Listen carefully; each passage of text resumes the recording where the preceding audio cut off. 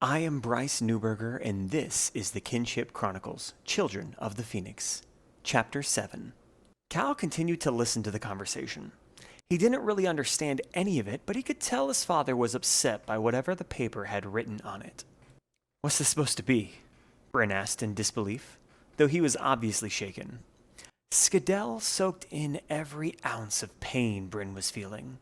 He let it linger as if tasting a fine wine. Let me spell it out for you. Just so's you know, we know everything. Ya killed Smythe because he knew that your wife was cheating on ya. Bryn went slack-jawed at the accusation.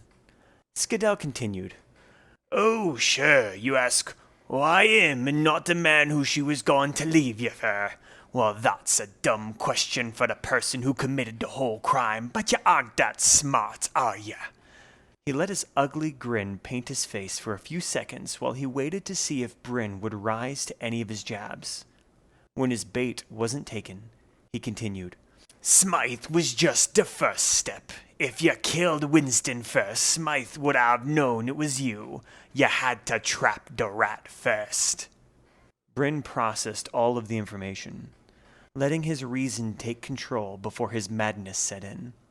He just sat there, slowly nodding as Skadel talked. Cal did the same. He knew that Winston was the richest man in town, and he was greedy, as far as his pa had said. And he talks funny, Cal added to the man's list of offensive attributes. But his pa would never hurt anyone. He knew his father disapproved of cheating, especially when Cal did it to Eldrich in a game of stickball. But the worst his father had ever reacted was to give Cal a timeout, not even a spanking. And his ma would never cheat. Cal fought the urge to yell out, My ma never cheated nobody, but he knew he'd have to keep himself hidden. He continued to watch in earnest. Dazon considered the evidence. Why had they not mentioned the other dead man, Bartholomew? He wondered. He decided to listen further. So what did you do? You killed poor old Smythe and plotted to kill Winston the next day. Skadel then puffed up with pride. But I caught you before you could do such a thing. You hadn't counted on the governor letting me as his backed-up investigator. Bird finally spoke. It was pretty clever of you to burn the body. Nice try, but Dale still figured it out. Skadel turned around with a look of naked confusion. Burn the body? Yeah, charred and everything. Shame about the shipment of ale and all. The town will make sure your family pays for that one. Skadel was completely lost. He turned back to Bryn, but was lacking the same amount of confidence. Yeah, how did you think you could, get away with burning a body in the street like that? Bird interrupted again. You mean in the storage warehouse? The brute turned towards Bird again. The warehouse? If Bird was curious about the beastman's confusion, it didn't show one bit. Yes, in the back of the warehouse. Skadel went so far as to scratch his head this time. Yeah, in the back. Bryn picked up on the confusion and returned the same puzzled look back to Skadel. The beastman regained his composure and finished the conversation with, We have witnesses and evidence, and you know what you did, so I'm done talking. Outside the interrogation room, a raised voice could be heard, though it was muffled through the walls. The door burst open as the voice was shown to be one of the other guards. He protested again. I said you can't go in there. In front of him, and now standing in the doorway, was Ada. She looked solemnly at Bryn, ignoring Skadel and Bird. Skadel lunged at her to remove her from the room, but she quickly and effortlessly sidestepped. The large investigator collided with the guard outside, and Ada slammed and bolted the door after them. Bird remained still, simply watching the procession. Ada grasped the letter from the table and then let her face fall into her palms as she gave a heavy sob. Behind her, the door flew off its hinges. Skadel looked murderous, but Bryn cut him off. Ada, this isn't true. Just say it isn't true. I believe you already. Just let me hear it. Ada remained silent, and Skadel watched now as if he too was transfixed by her reaction. Her voice was barely above a whisper. It's true. Skadel instantly roared in victorious laughter. Bryn just stared back like a statue. Dazon had heard enough. This made him sick. He looked over at the boy, and he could tell that he had no real clue as to what was going on, and that was probably for the best. He exited the storage space. He had a lot of work to do if he was going to cleanse this town, and he decided he might just start with that deceitful woman. Ada walked on over to Bryn and gave him a long, passionate kiss. His face didn't move. When she drew away and looked him in the eyes, instantly his face turned into disgust.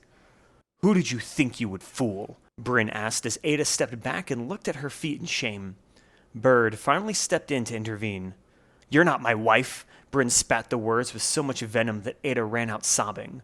Bird slammed his fist into Bryn's jaw so hard that it snapped with a sickening crack of bone break.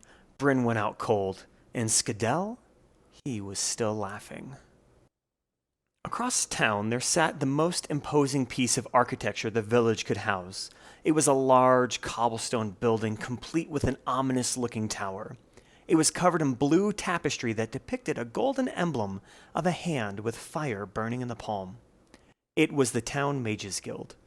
In a room at the top filled with ancient texts and arcane artifacts, there sat a man covered in lavish rings and a heavy robe gilded with shining refinery.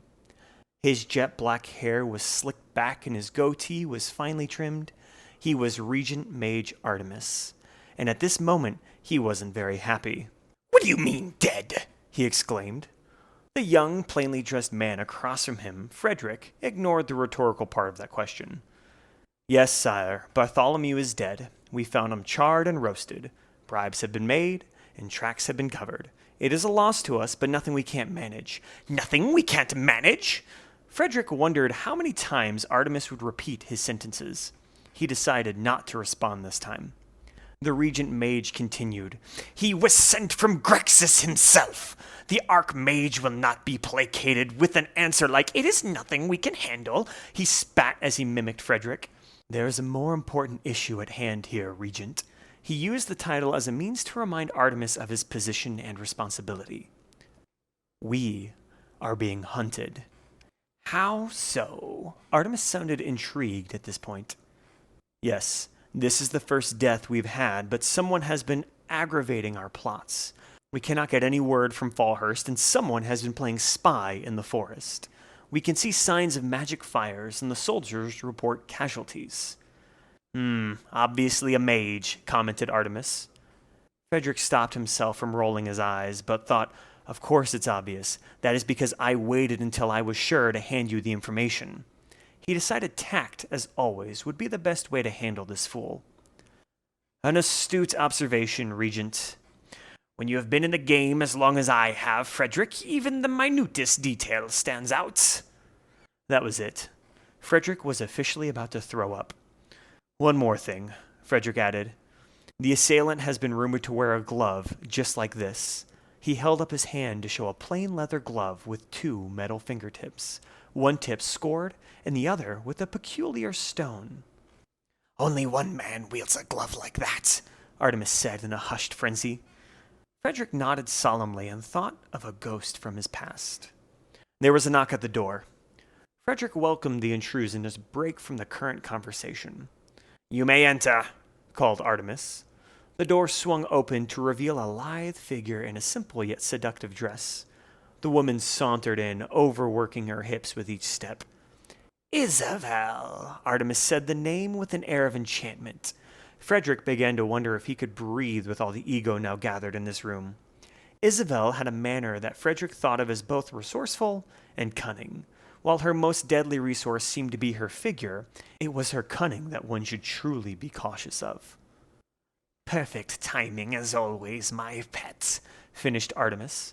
Isabel smiled at the word pet, as if she liked being considered his faithful companion, though, to her, it just meant that Artemis thought he had her wrapped around his finger, and that meant she had the tables turned, and he was too blind to see it.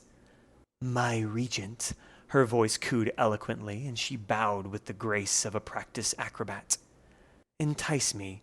Why has my timing been so fortuitous?" Artemis was alight with an entranced look upon his face. As he spoke, it seemed as if his mind was elsewhere. "It appears we have A snake among us. Both Isabel and Frederick thought, if only you really knew. Their silent commentary went unnoticed as Artemis continued. Extract it! Kill it! He shifted his gaze to Frederick.